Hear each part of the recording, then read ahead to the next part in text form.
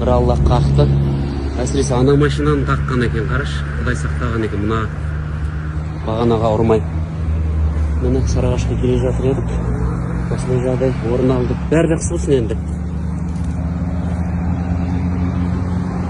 Қалежалардай сақтасын. Абайлап жүріңіздер, асықпаңыздар. Жол тар, машина көп.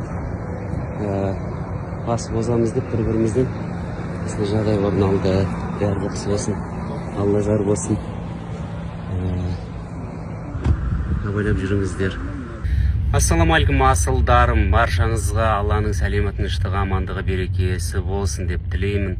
Тілеу қоржандар, бәріңіз құшақтадым, Алла разы болсын. Шында енді жұмыр басыпенде кез келген адам басында болуы ықтимал жағдай болғандықтан кеше шынында жол апаты оқиғасы орын алғаны рас. Сарыағашқа кетіп бара жатқан кезде үлкен жылдамдықта қатты асығып келе жатып бір машинамен соқтығыстық. Екі машинада, екі автокөлікте трассадан шығып кетті. Бірақ ең бастысы дін аманбыз, ешкім зардап шеккен жоқ, адам шығыны болған жоқ. Соған шүкіршілік етіп тарқастық.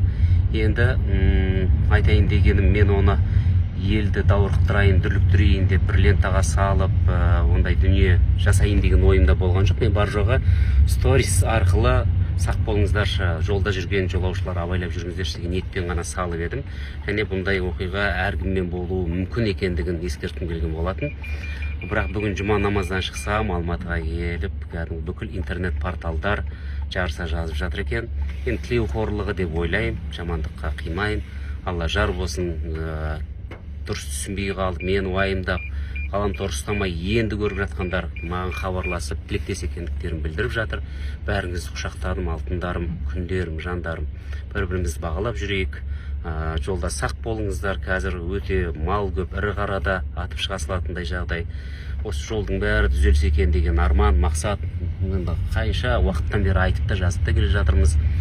Алла жар болсын, аман болайық. Мұндай оқиға бірінші рет болып тұрған жоқ, талай болды. Қаншама дүниелерді айтпауға да тырысамыз.